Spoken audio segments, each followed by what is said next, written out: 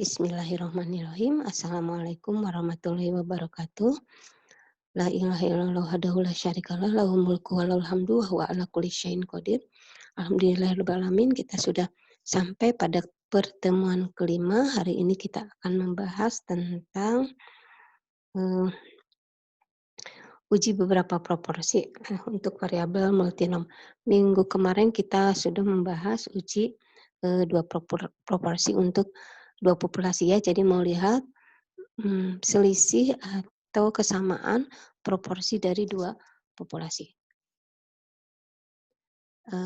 Apa itu variabel multinom? Ini sebuah variabel kategorik dengan kemungkinan nilainya lebih dari 2, disebut variabel multinom. Kita tahu kategorik itu berarti kualitas ya. Misalnya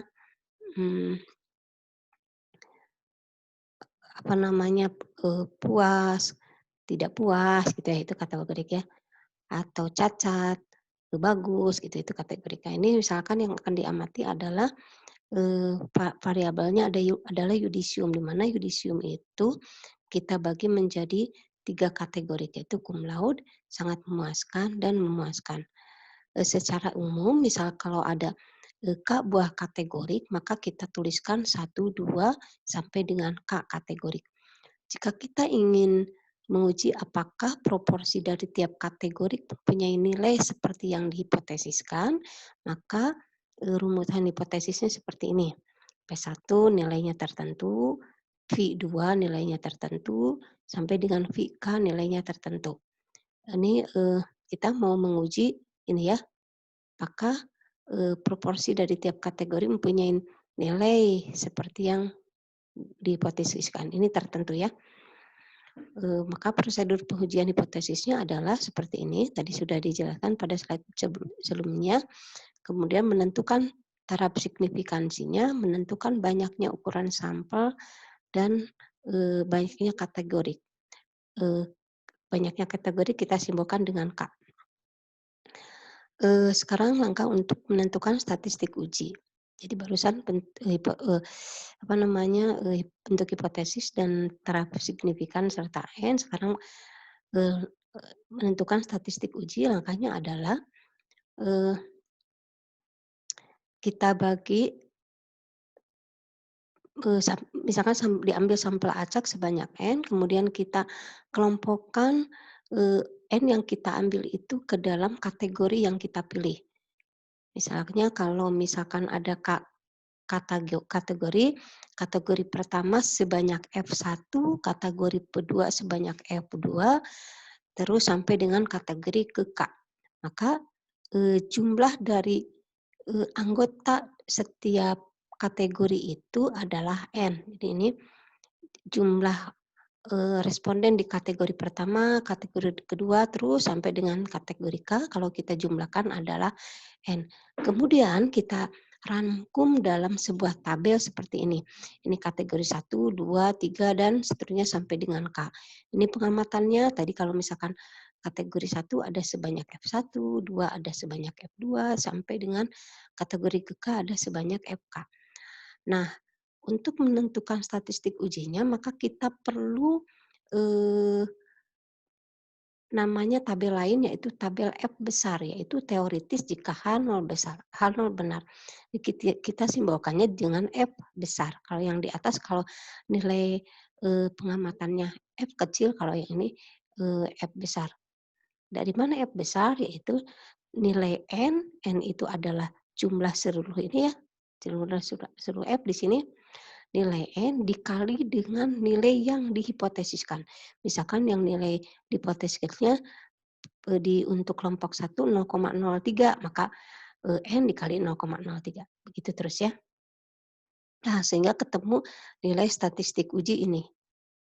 Ini I dari sampai 1 sampai dengan K, ini F1 berarti tabel yang di atas dikurangi dengan bawah, dikuadratkan dibagi yang di bawah. Gitu ya. Ini dikurangi ini, dikuadratkan, ini dikurangi ini, dikuadratkan, dibagi ini. Ditambah ini, dikurang ini, dikuadratkan, dibagi ini. Gitu terus ya. Nah, sekarang statistik ujinya ada 2. ini karena pendekatannya C kuadrat, maka statistik ujinya kriteria ujinya, mmm, menggunakan C kuadrat dengan kriteria uji yaitu tolak H0 jika C kuadrat yang kita hitung, yang ini, lebih besar dari C kuadrat nilai alfa tertentu dengan derajat, bebas tertentu. Di mana derajat bebasnya adalah nilai banyaknya kategori dikurangi satu. Atau cara kedua yaitu menggunakan p-value. Dengan kriteria ujinya tolak H0, kalau p-value itu adalah alfa hitung. Jadi tolak H0 jika nilai p-value-nya kurang dari alfa. Dari mana mencari nilai p-value? Kita menggunakan MS Excel yaitu p-value sama dengan 1 min. Nah ini ya, saudara nanti di Excel tinggal ngetik ini, nanti akan keluar. Nah ini C kuadrat ini dari mana? Dari statistik uji ini. Kemudian derajat bebasnya dari mana? Dari banyaknya kategori dikurangi satu. Kemudian seterusnya. Nah ini kalau baca tabel C kuadrat begini ya. Ini derajat bebasnya, dicari nanti misalkan kalau eh, apa namanya kategorinya ada 10 berarti derajat bebasnya K-1 kan jadi 9 gitu ya. Kemudian cari nilai alfanya berapa. Kalau alfanya 0,05 berarti cari di sini gitu ya. Oke. Kemudian sekarang kita lihat contoh. Unisba mempunyai target bahwa yudisium lulusannya sebanyak 5%, cum laude 5%, 15% sangat memuaskan, 80% memuaskan. Dalam masa sidang sarjana terakhir diambil sampel acak sebanyak 200 peserta. Kemudian dari 200 peserta itu ternyata yang cum laude ada 7 orang, yang sangat memuaskan ada 27 orang, dan yang memuaskan ada 166 orang.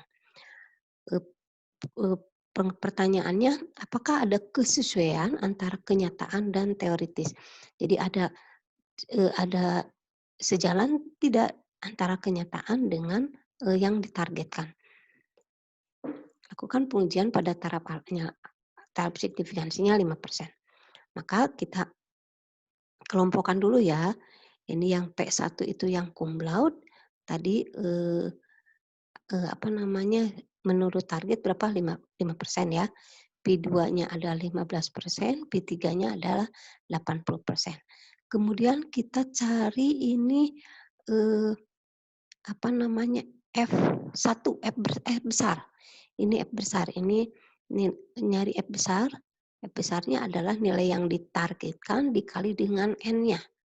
Ini 10, berarti yang kedua ada 15% kali 200 dan seterusnya. Nah, yang ini dari mana F kecil itu adalah yang dari hasil kenyataannya. Nah ini ya. Jadi pada wisuda terakhir ini kenyataannya. Kemudian apakah ada kesesuaian antara kenyataan dan teoritis? Lakukan pengujian pada taraf signifikansi 5%. Maka kita bentuk dulu hipotesisnya seperti ini.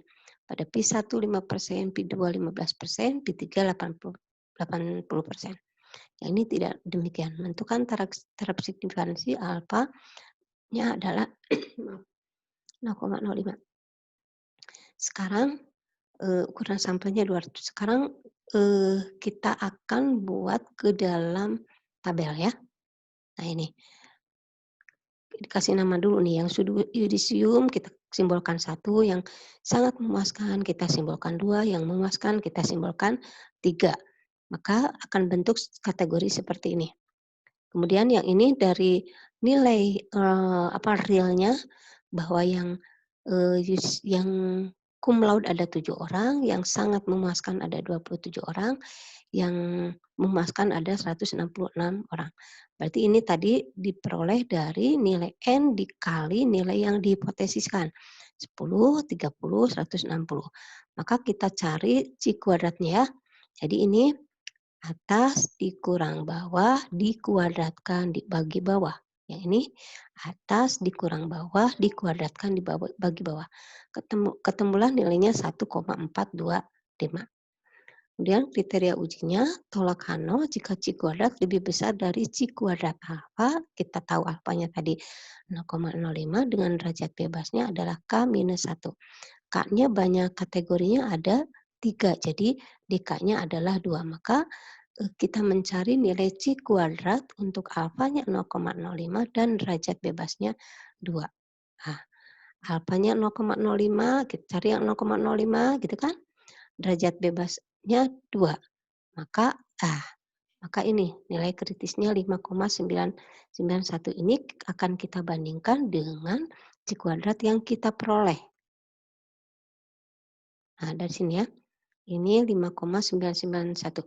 C kuadrat hasil perhitungan adalah 1,425. Maka kita bandingkan nilainya yang ini dengan yang ini.